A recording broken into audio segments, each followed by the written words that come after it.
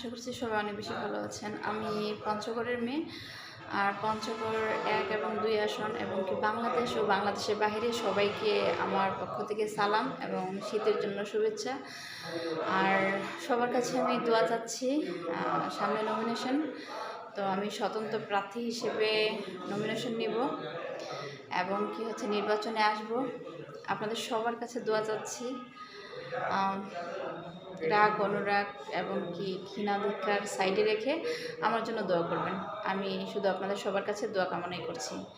তো সবাই বেশি ভালো থাকবেন। আর অবশ্যই আশা করব যে এই শীতে গরিবদের পাশে থাকি এবং কি যে যতটুকু সামর্থ্য আমরা কম্বল হোক, শীতের কাপড় হোক, এটা দিয়ে যেন মানুষের পাশে থাকতে পারি।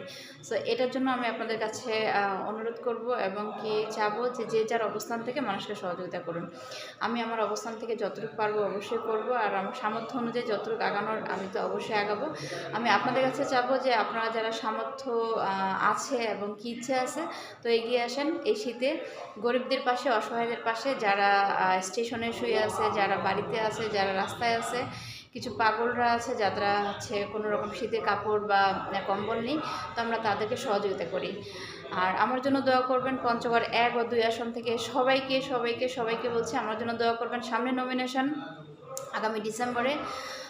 তো আমি সবার কাছে দোয়া চাচ্ছি, আমার জন্য দোয়া করবেন। সবাই ভালো থাকবেন। আসসালামু আলাইকুম।